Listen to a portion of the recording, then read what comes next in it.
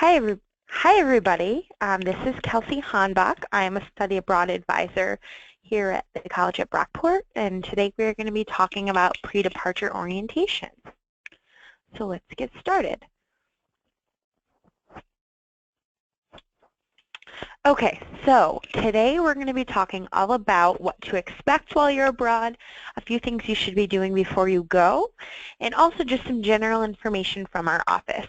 So to start out, we'll kind of talk about new cultures and adjusting to those cultures, because that's definitely a big part of studying abroad. We also will talk about some materials that you'll be needing to send into our office, policies and procedures that you should be aware of and you should abide by while you're abroad, health, insurance, and safety, which are very big topics that it's really important to know the details of, emergency contacts, how to stay in contact with people here in the U.S. and abroad, important links for you to know. Also, we're going to be talking about what to pack, finances, so whether you should bring money, how you should do so, that sort of thing, and also some travel tips. We also will be chatting about transcripts and what to expect when you get back in terms of credits and how things transfer over. Obviously, if you have any questions, you can contact our office. Our email is overseas@brockport.edu, and our telephone number is 585-395-5580. So if you have any questions, contact me.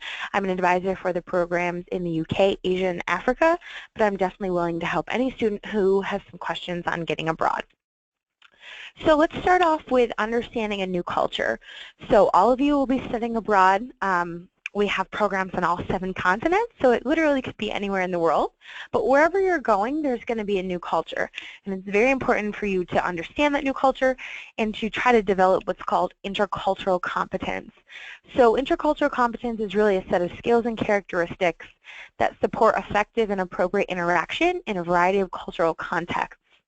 So we want to talk about some ways to be interculturally competent, to be able to respect different cultures, to assimilate into different cultures, and to really just be able to experience your study abroad as a person there learning and also taking it back to your home country. So as you, I'm sure, are very well aware of, there are cultural differences between the U.S. and the host country that you're going to be in.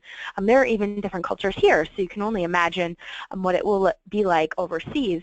But this is a really great part about study abroad, is that there are going to be different practices, different customs, different language, different religion, things that really you can soak up and experience something different. So before you leave, we always recommend that you research different cultural information about your host country, just so you're aware. But know that culture really has to be experienced, so you're going to learn a lot more when you're there as well.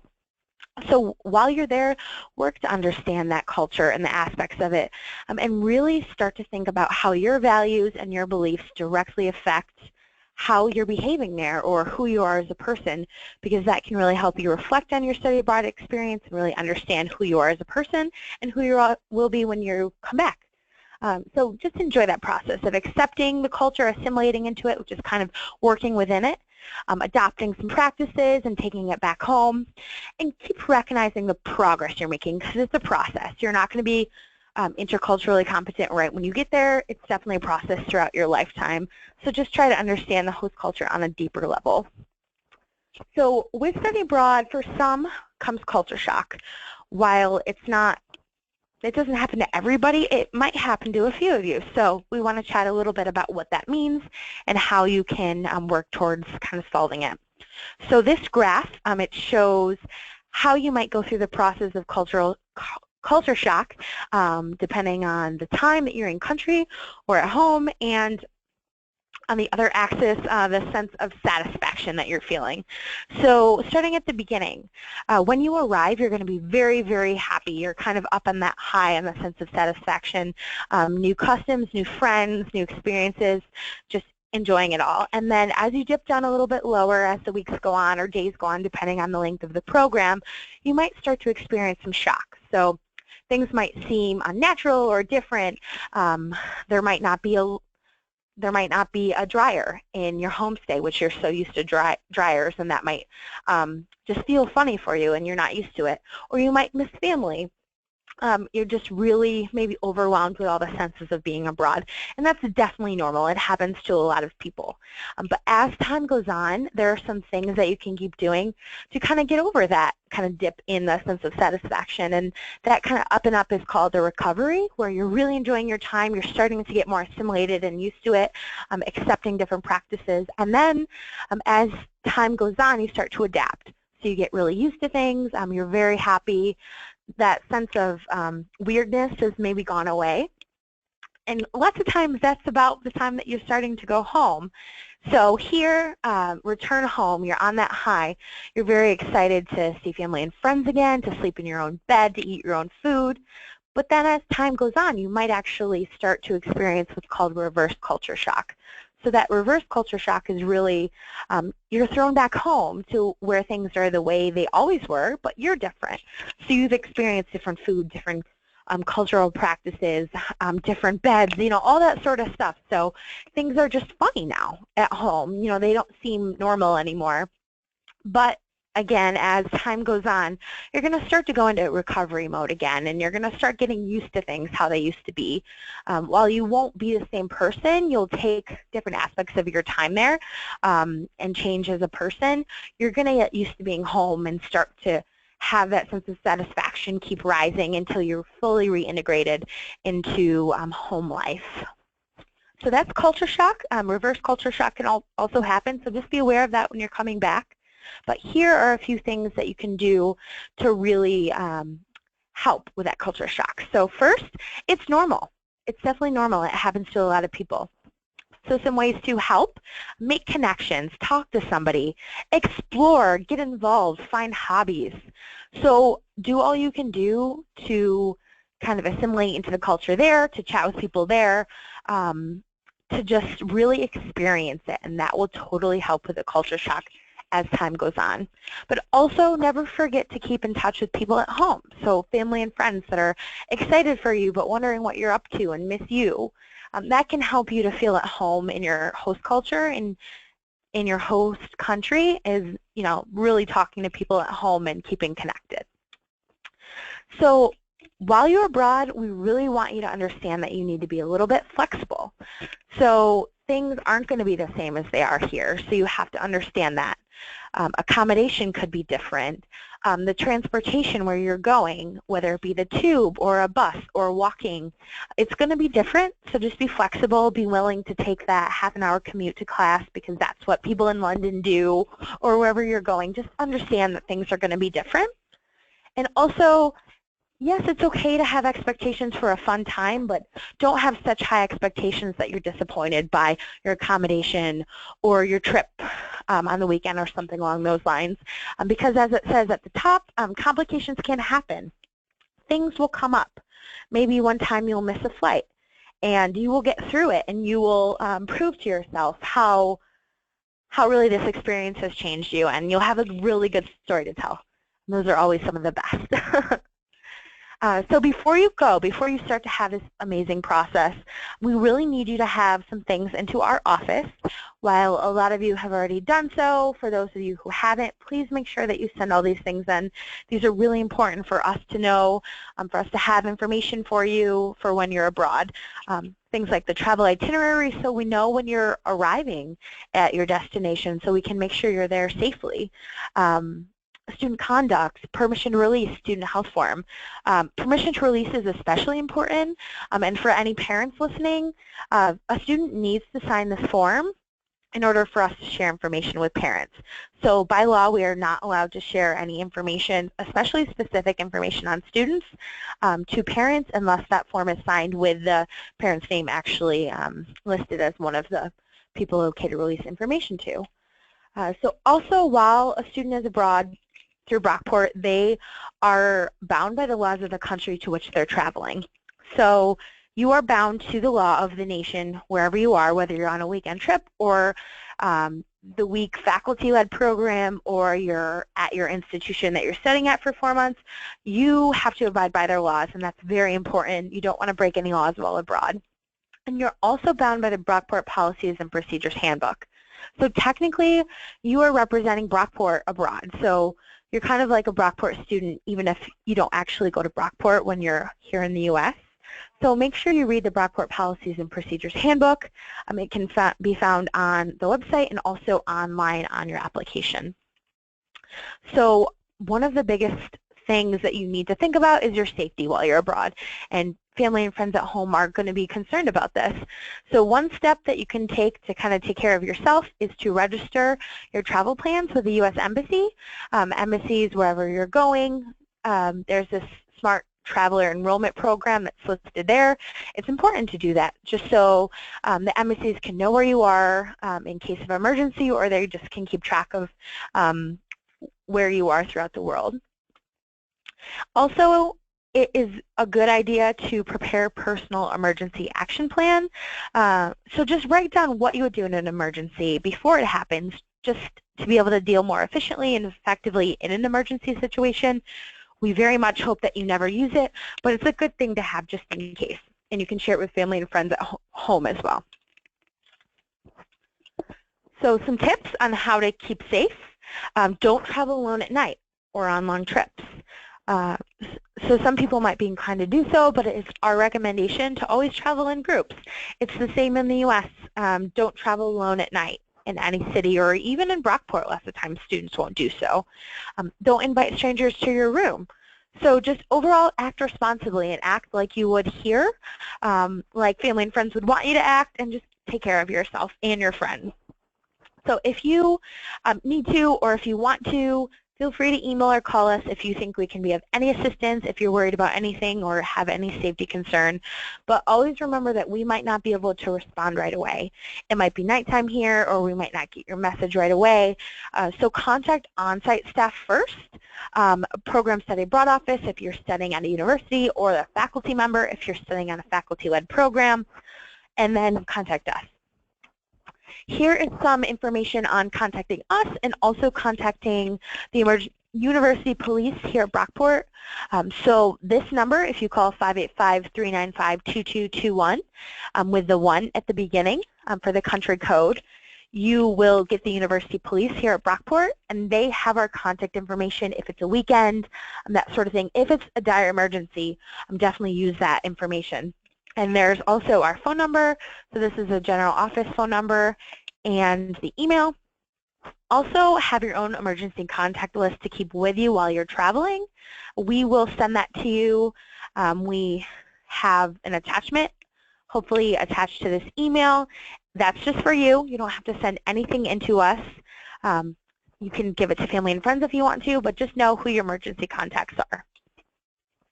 So it's very important to communicate while you're overseas. So if you're traveling away from your program location, if you're going for a week or a weekend off somewhere to a different country or a different city, let us know.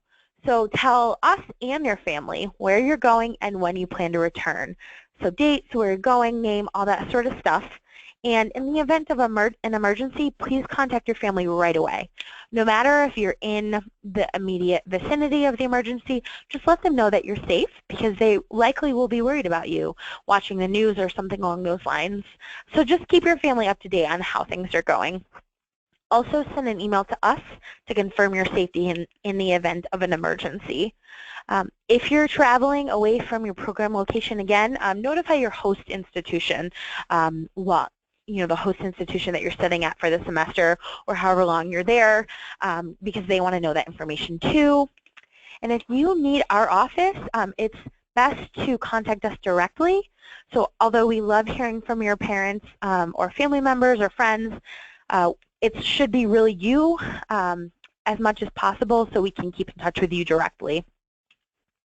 Here are some important links, things just to know. You can take a browse on those links and kind of prepare for your travels. So health. Health is another really big, important thing that people are worried about, or just you should be aware of.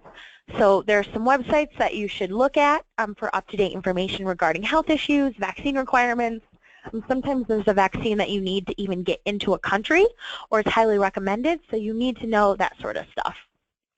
Also meet with your physician before leaving the U.S. This is just a recommendation because everyone's unique, everyone's different, has different health concerns, so it's always important to just let them know that you're traveling and they can help you out with preparation. Also, if you take prescription medications, make sure that you have a sufficient supply to last you. If you're going for an entire semester, you can get a prescription refilled. It's very much recommended, and you should have a copy of the prescription with you. On the insurance website, we'll be chatting about the health insurance later on. You can find translation guides to see what your medication is actually called, because it might be called something different abroad. Also, it's really important to anticipate your health requirements. So if you have an allergy to something, make sure you let people know, just so they are aware. They're not serving you peanuts if you're allergic to nuts, that sort of thing. So keeping healthy. Keep in mind there are different recommendations for different parts of the world. So as a rule of thumb, it sounds funny, but don't pet stray animals, no matter how cute they are. Whether it be a cat or a monkey, a dog, any of that sort of stuff. Lots of different countries don't give their pets the same vaccines that we do, so you don't know what you would pick up. You don't want to get rabies abroad, obviously, so you want to just take care of yourself. Also, in washing your hands and keeping clean like you would here, you just want to prevent disease as much as possible. You really don't want the flu or something like that while you're abroad. It's really not any fun, especially if you're on a short program. You won't really be able to enjoy your time there as much. Also, watch what you eat, especially street food. Your stomach and your immune system will take some time to adjust to the food and the water where you're at. So just be aware of what you're putting in your body and what you're consuming, because that is one of the ways that students can get sick while studying abroad, is consuming something that wasn't sanitary or wasn't clean, that sort of thing. So insurance, the fun part of the presentation. For all students, you will be getting what's called GeoBlue, SUNY mandated health insurance abroad. And this insurance, it has a lot of things that a typical insurance would not, including evacuation and repatriation in case of an emergency. So that's very critical. There are online resources listed for students and parents if you want to read more. And you will end up getting contacted for this insurance information likely a couple weeks before your program begins. So some of you might have already received it already. And you should register online, follow the instructions that you get, and register online. There's an app, follow directions, and you also can print your insurance card so you have it on you. So pre-trip planning. If you're traveling with a medical condition, it's very important to plan ahead. A little side note, some medications are not available or legal outside of the U.S. While that doesn't happen very often, it's once in a blue moon, it's still really important to know if you're going to be able to get that sort of thing while you're abroad in a certain place. So you can contact GeoBlue for any assistance on any of this sort of stuff, support finding appropriate care, providers in the destination that you're at, and assistance locating prescription information if you need it. So here are a few things just to understand for the insurance. So in the case of a medical emergency, you should go to the nearest emergency room and contact GeoBlue from there once you are well. It's always best to try to call ahead of time, but in an emergency, get to the hospital as soon as possible. For just a doctor's appointment, or if it can wait, you want to call or make sure that you're getting to a doctor that's pre-approved, and that is listed on the GeoBlue website for your location. Because if you go to a doctor that's pre-approved and get the process checked beforehand, you will not have to pay out of pocket. For a medical or emergency, or someplace that you go without pre-approving it, you will have to pay out of pocket. In that case, keep your receipts and you will be reimbursed later on. And the medical evacuation is a service we hope no one has to use, but in case you need to be evacuated for medical reasons, that is provided as well. So what do you do if you need to see a doctor? So you can find a provider or hospital on the Member Hub, which is online on the website there, or in the app that I encourage you all to get. Look at their profile, contact them directly to schedule an appointment. After you make that appointment, contact GeoBlue to provide the information to arrange direct pay. So that direct pay is how GeoBlue pays the doctor without you having to get involved with payment. So if you need help with any scheduling, contact GeoBlue.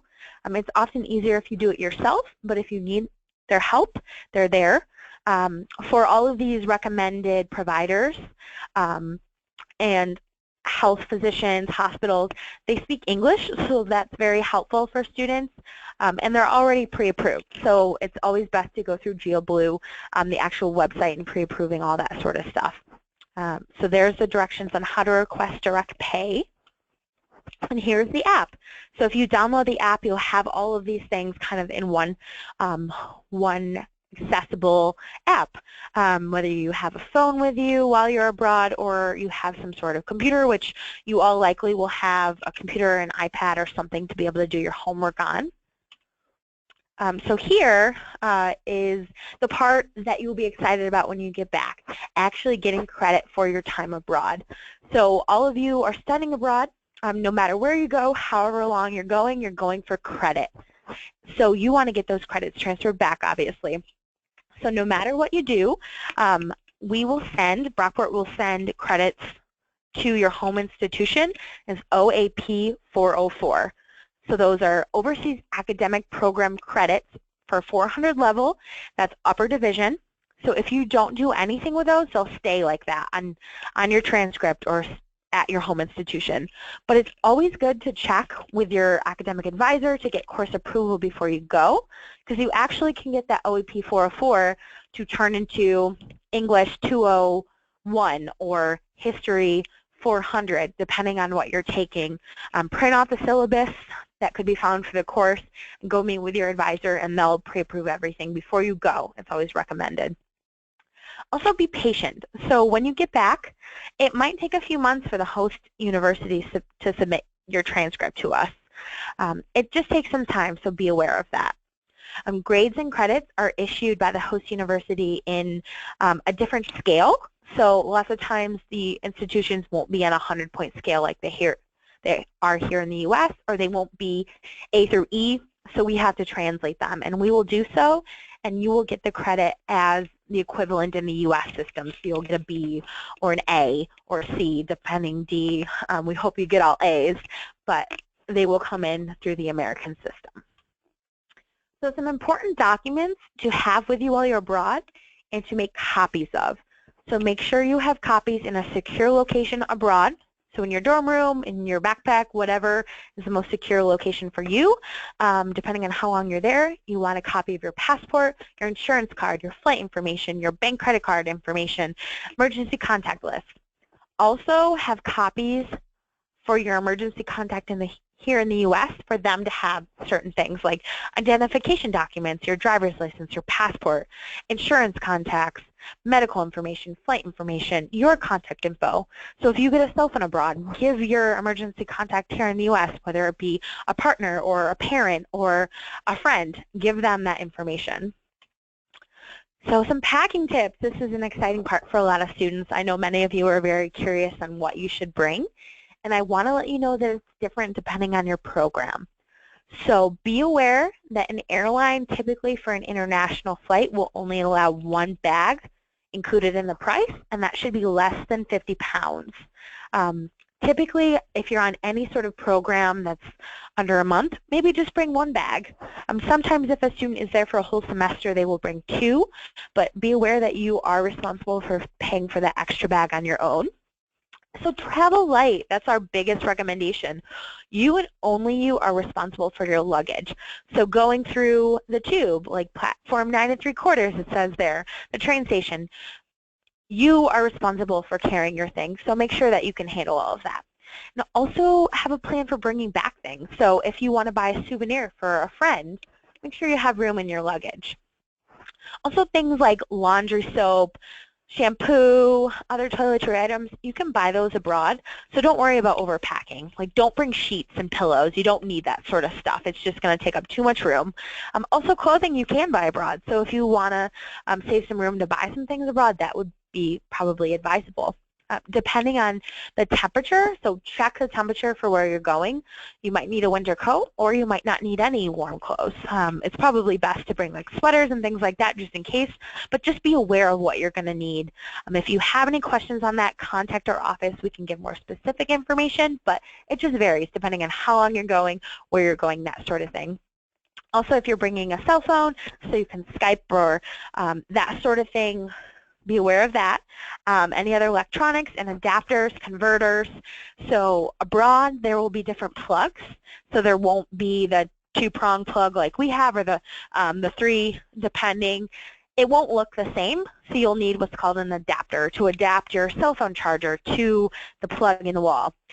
You also might need a converter, which will convert the charge, like the electricity voltage, coming through the device. So just be aware, some places you need it, some places you don't. Some appliances you need it, some you don't.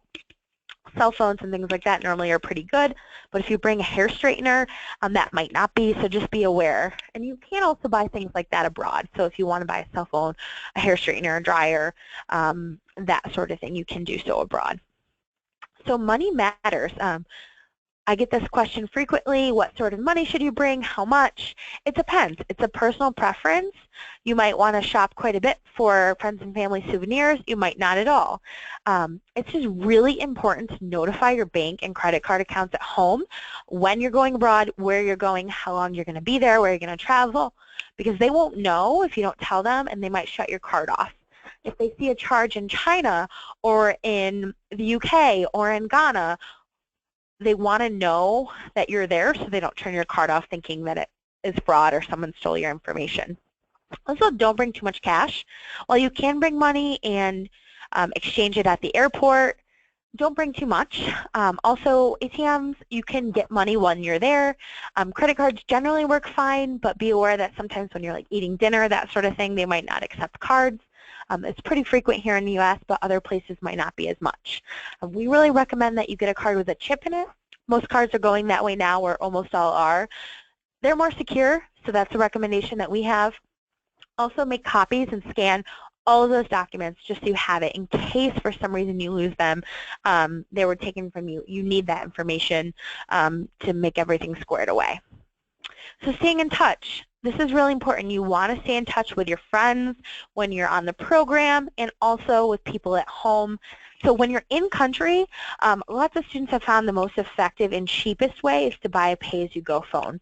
You can buy these at corner stores, markets, those sorts of things, and buy minutes for them. So it's a very easy process, very cheap. Some cell services have international calling and minutes and that sort of thing, so check in on that. You can also get a SIM card, which you can insert into an iPhone or an Android, that sort of thing. So just be aware of what you want to do, but we definitely would recommend that you don't actually call someone in the U.S. While you can, it's a little bit more expensive. It's always nice to be able to connect via Wi-Fi home. So if you have a phone or a tablet or a computer, you can Skype, you can WhatsApp, you can do things like that to keep in contact with people at home. Facebook, different apps, email. Just have a plan with who you're contacting and how often you're going to contact them, how you're going to contact them, that sort of thing. So we have some scenarios for you. Since you were not able to join us in person, I'll just give you one, and I want you to kind of think of what you would do. This is really important because when you're abroad, you're going to have to think on your feet. You're going to have to go through different situations. Like I said, it's important to be flexible. So in this case, imagine that your plane is delayed and you're not going to make your connection flight to your program location. Who do you contact? So you're not going to make your connecting flight, you're not going to get to the location in time. Who do you contact? I'm going to give you a minute to think about it.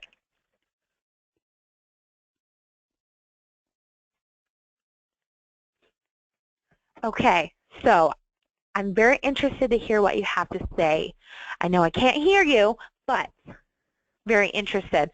So the answer is you're going to contact the airline. So say you're on a Delta flight. You're going to contact Delta. While you also may want to let people at home know or someone at your host institution or on your program know just so they're aware of where you're at and why you're not going to be there on time, they can't do anything about it in the moment. So if you contact our office, it's good for us to know, but we can't do anything from here. So it's really important that you go to that Delta office or write directly to the front desk. Go to them and they'll help you out. They're professionals. They do it all the time. So things like that, just be aware of what you're going to do in certain situations, who you're going to contact in different scenarios, because though we want to help, we can't always be the one to solve every issue. You might need to find some others in the immediate vicinity or right then to help out. So that is it for this session. We covered a lot with what to expect when you're abroad, how to prepare, and what you're going to expect when you get back. Like the picture here says, have the time of your life. Dive in, experience that culture, go travel, ride a camel or go to the Eiffel Tower, go to a football game, a soccer game. Just experience whatever it is that's happening there, whatever country you're in, however long you are, just try to have the time of your life because you might not get that opportunity again. You're traveling and studying, and it's the best combination in the world. If you have any questions, please contact our office. We're really happy to help, and we're very excited to help you get abroad. So please have lots of fun, be safe, and let us know if you need anything at all. Thanks for joining.